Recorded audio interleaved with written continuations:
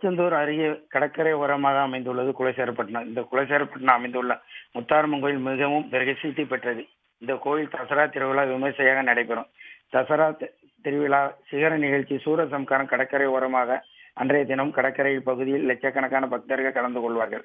இவ்விழா சிறப்பு வாய்ந்த இந்த குலசேரப்பட்டினம் கடற்கரை தற்போது மெதுவாக அழிந்து வருகிறது. கடந்த 8 மாதங்களாக முன்பே சூரசம்காரம் நடைபெறும் பகுதியில் இருந்து சுமார் 100 மீட்டர் தொலைவில் உள்ள 100க்கும் மேற்பட்ட பனைமரங்கள் கடல் அரிப்பால் கடலுக்குள் இழுத்து செல்லப்பட்டது.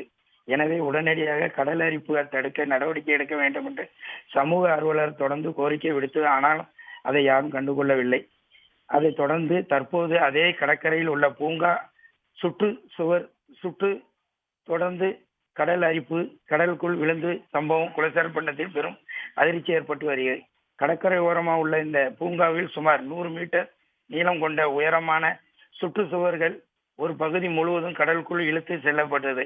அதன் அருகில் நின்ற 5க்கும் மேற்பட்ட உயர் மின் கம்பங்கள் கடலுக்குள் விழுந்து, இதனால் கோவிலுக்கு வருகை தரும் பக்தர்கள் இந்த கடற்கரையில் அமைந்துள்ள பூங்காவுக்கு வர அச்சப்படும் நிலை ஏற்படுகிறது.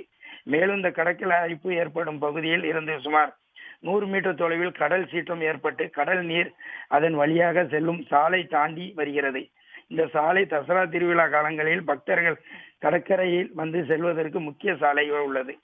ஏற்கனவே திருச்செந்தூருக்கு கடந்த சில மாதங்கள் முன்பு கடல் அரிப்பு ஏற்பட்டது. தற்போது அந்த கடல் அரிப்பு நின்றது. ஆனால் குலசேரப்பட்டினத்தில் கடல் அரிப்பு தொடர்ந்து ஏற்பட்டு வருகிறது. இதனால் கடல் முழுவதும் கலையிழந்து காணப்படுகிறது. எனவே கடல் அரிப்பு தடுப்பதை உடனடியாக நடவடிக்கை எடுக்க வேண்டும் என்று பொதுமக்கள் சமூக ஆர்வலர்கள் வேண்டுகோள்.